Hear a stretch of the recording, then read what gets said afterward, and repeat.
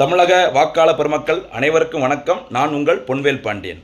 இந்த பதிவில் நம்ம பார்க்க போகிறது தமிழ்நாடு சட்டமன்ற தேர்தல் 2026. சரி, தமிழ்நாட்டில் 2026ஆம் ஆண்டில், அதாவது 17வது சட்டமன்ற தேர்தல் நடைபெற உள்ள நாளை இந்திய தேர்தல் ஆணையம் அறிவிச்சிருக்கிறாங்க. தேர்தல் நடைபெற உள்ள நாள் ஏப்ரல் 23ஆம் தேதி. சரிங்களா? இந்த தேர்தல் முடிந்த பிறகு அதற்கான வாக்கு எண்ணிக்கை நடைபெற உள்ள நாள் மே 4ஆம் தேதி அப்படி மாதிரி அறிவிச்சிருக்கிறாங்க. இந்த தேர்தலில் போட்டியிட அந்த வேட்பாளர்கள் உங்கள் வேட்பு மனுவை தாக்கல் செய்ய தொடங்கப்படும் நாள் எப்போன்னு பார்த்தீங்கன்னா மார்ச் 30ஆம் தேதி. அதற்கான கடைசி நாள் ஏப்ரல் 6ஆம் தேதி. அந்த வேட்பு மனுவை திரும்ப பெறுவதற்கு ஏப்ரல் 9ஆம் தேதி கடைசி நாள் சொல்லியிருக்கிறாங்க. ஏப்ரல் 7ஆம் தேதி அந்த பரிசீலனை மேற்கொள்ளப்படும் அப்படிங்கிற அறிவிச்சிருக்கிறாங்க. சரியா? மொத்தம் 234 தொகுதிகளிலையும் இந்த தேர்தல் நடைபெற உள்ளது.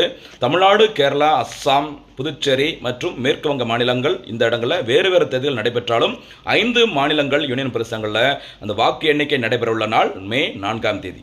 எலெக்ஷன் கமிஷன் எப்போ தேர்தல் தேதி அறிவிச்சிருந்தாங்களோ அதிலிருந்து தேர்தல் நடத்தை விதிமுறைகள் நடைமுறைக்கு வரும். 50,000 ரூபாய்க்கு மேலே நீங்கள் பணம் எடுத்துகிட்டு போகிறதா இருந்தால் சரியான டாக்குமெண்ட் இல்லைன்னா அந்த அமௌண்ட்டை பிடிச்சிப்பாங்க இந்திய தேர்தல் ஆணையம். அதுக்கப்புறம் சரியான டாக்குமெண்ட்டை கொடுத்தீங்கன்னா பண்ணுவோம். ஓகேவா?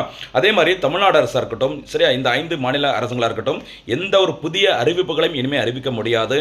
புதிய நியமனங்கள், புதிய கட்டிடங்கள், புதுசாக அடிக்கல் நாட்டுறது, சரியா, அரசு வாகனங்களை பயன்படுத்தக்கூடாது, இப்படி நிறைய விஷயங்கள் இன்றைக்கு இந்த நிமிஷத்திலிருந்து நடைமுறைக்கு வருகிறது. இது தொடர்பான அறிவிப்பை வெளியிட்டவர் இந்திய தலைமை தேர்தல் ஆணையர் ஞானேஷ் குமார் அவர்கள். சரியா, 26வது தலைமை தேர்தல் ஆணையர் என்பது குறிப்பிடத்தக்கது. அதே மாதிரி ஆர்டிகல் 324, சரியா, எலெக்ஷன் நம்ம இந்தியன் கான்ஸ்டியூஷனில் ஆர்டிகல் 324, சரியா, அதில் தான் இந்த எலெக்ஷன் கமிஷன் அந்த தேர்தல் நடத்துவது தொடர்பான அந்த விஷயங்கள் சொல்லியிருக்கிறாங்க. அதே மாதிரி 326ல் 18 வயது நிறைவடைந்த அனைவரும் தேர்தலில் வாக்களிக்க தகுதியுடையவர்கள்.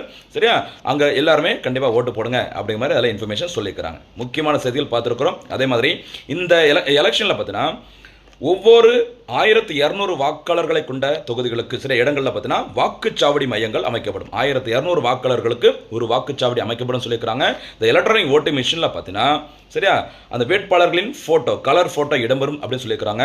தபால் பதிவு அந்த ஓட்டு எண்ணிக்கை கடைசி 2 வாக்கு சுற்றுகளுக்கு முன்பாக வெளியிடப்படும் அப்படின்னு சொல்லி அறிவிச்சிருக்கிறாங்க.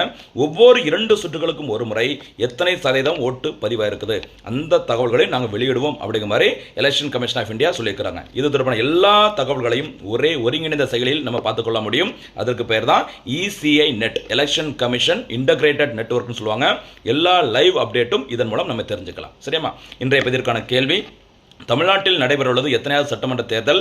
இந்திய தேர்தல் தலைமை தேர்தல் ஆணையர் யார்? அதே மாதிரி எலெக்ஷன் தொடர்பான அந்த ஒருங்கிணைந்த செயலின் பெயர் என்ன? இதற்கான பதிலை கமெண்ட்ல சொல்லுங்க. நன்றி.